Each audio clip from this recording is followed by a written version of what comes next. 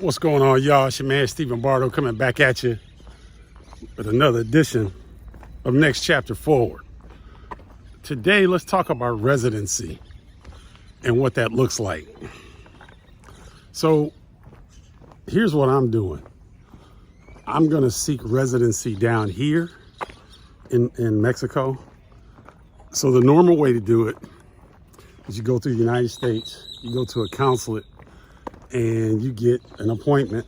You fill out some paperwork, some documents. They look at your birth certificate, your passport, your bank statements for the last, I believe, 6 months. What else? They might ask for a birth certificate or something like that. But it's pretty straightforward. The application is easy. And you go into a Mexican consulate in the United States for a meeting. You have that meeting, you fill everything out.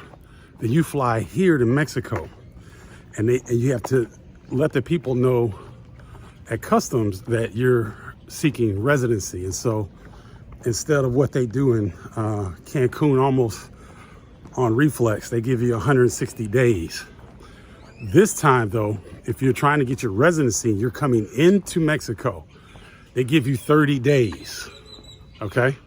So you have 30 days. Man, this thing is shaky. You have 30 days. I'm trying to something instead of holding the phone. I've got like a little hand thing I'm using, and hell, it's more shaky than my own hand. So yeah, you come into the country. You got 30 days to make an appointment with the INM office. I think that's Immigration Nacional, something or the other. Oh wow, there's a lizard friend up there. I don't know if y'all can see my man up there. See him? What's up, big man? How you doing? Some of the sights and sounds that you'll see walking around in the morning time in Mexico, in Playa del Carmen, Mexico. So when you go to that INM office, it's pretty much, damn, we got a coral snake? Look at this, guys. Is that coral snake running away from it? I don't think it's coral, but it reminded me of that color. Damn, we got snakes, lizards, all kind of stuff this morning. Thank you, creator. So yeah, you go to this INM office, and it's pretty much a done deal. And you finish the process, and you're done. So what do those requirements look like? There's two different kinds. You can have a monthly,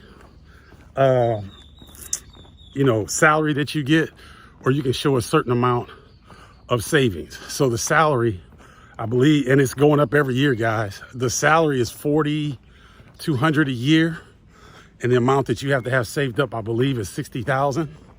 But if you can show either one of those, that qualifies, and you pick up temporary residency.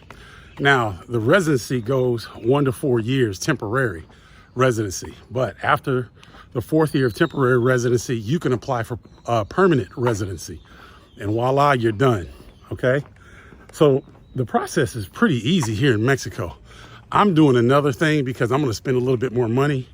And Mexico's the type of country where if you've got money, you can get stuff done, right?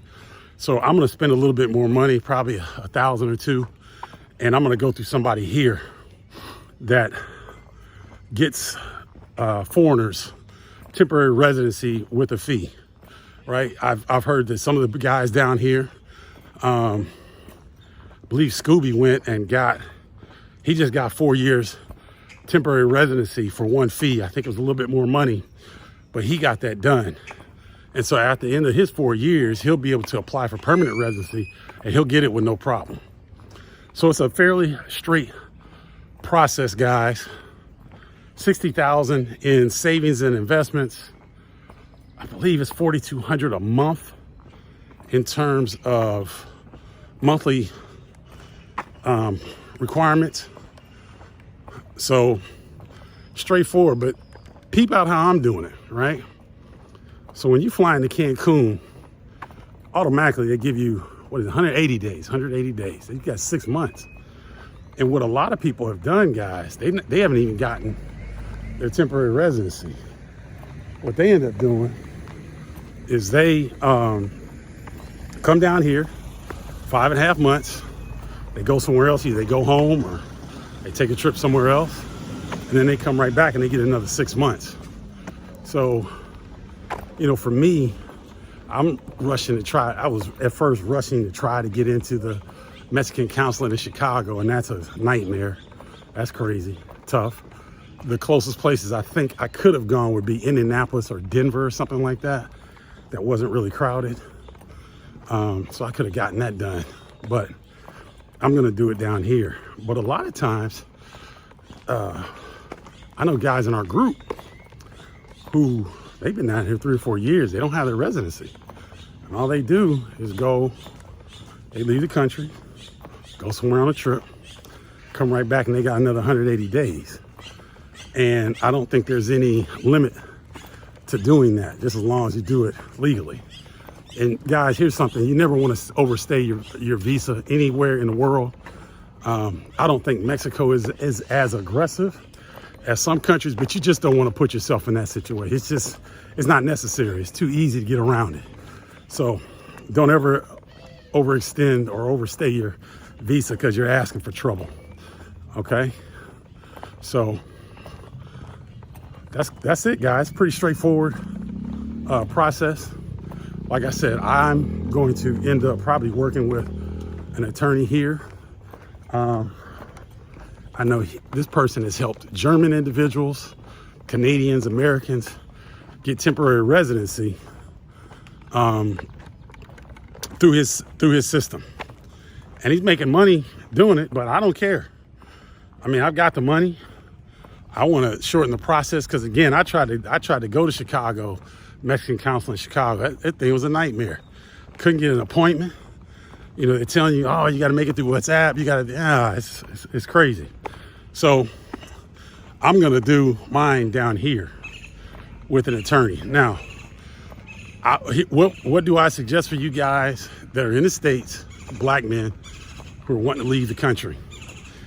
I wouldn't worry about residency as much right now. What I would do is I would take scouting trips, either come to Mexico, Panama, Costa Rica, Portugal, Ghana, Kenya, Philippines, Malaysia, Thailand, Vietnam. I'd go to those places first and kick it, hang out. Preferably get a VROB or Airbnb, one of those. I don't like hotels because hotels are generally in the tourist areas, and so you're not going to really see what it's like to live in a place if you're staying in a hotel. Now, the hotels in the neighborhood, that's different. But I typically like to go the Airbnb route, just because you're going to be in the neighborhood, you're going to get a better sense of what it's going to feel like once you live there, as opposed to being in a hotel. So that's just a heads up and a tidbit that maybe you want to consider. Because again, I've rarely been in a hotel overseas where it wasn't a, thank you. People are very gracious here. Pedestrians have the right of way in the United States, you better be careful. Over here, they actually abide by it. So it's good to see. But so let me wrap this up, guys. This is what I would suggest you do. I'll go and find out what you normally get for a visa stay. Some countries let you come in as an American citizen. You can stay a full year. Now, I don't think those are any of the countries that I named, but it's out there, okay? So Mexico, coming through Cancun, you'll get 180 days immediately. That's more than enough time to figure out whether you like a place or not, right? And for your scouting trip, guys, don't go for a weekend. Don't go for a week.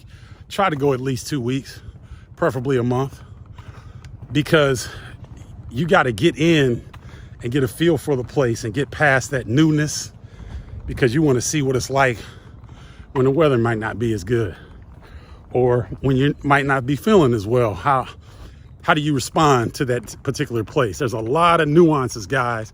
If you've never been out of the United States, if you never lived outside the United States, there's a lot of nuances about living abroad that you can really only find out by doing it, because you're your own person. You have your own set of things that you bring with you. And just because you leave the country doesn't mean your problems or issues that you were dealing with leave once you leave the country. It doesn't work like that. You bring all that with you.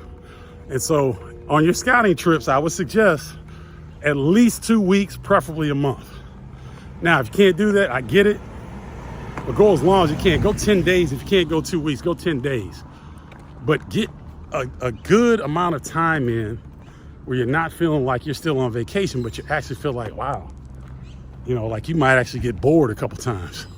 But that's what you want, because that's what life is going to be like where you go, okay? If you found this helpful and you want to join a group of black men that are looking to leave and live abroad, think about joining Next Chapter Forward. Text me 312-847-2739. We're a group of black men who, for whatever reason, have decided that it might be time to explore, because black people and migration has happened all of the time. Maya Angelou was a newspaper editor in an Egyptian newspaper and lived in Ghana. W.E.B. Du Bois is buried in Ghana. He used to live in Ghana. James Baldwin went to Europe quite frequently. There's another lady that taught, another sister that taught here in Mexico and in Germany. She was a feminist, and I can't remember her name, Audrey Moore or something along those lines. I know I'm messing that up. But black people in migration, we've been doing this since the beginning of time, guys. It's not new, okay? Now, the reasons might be new. You know, we are extra motivated as black people right now, for obvious reasons, to look abroad. So think about joining Next Chapter Forward, guys. Text me 312-847-2739. Hope you guys have a great rest of your day. Love you all. Until next time, holla, y'all.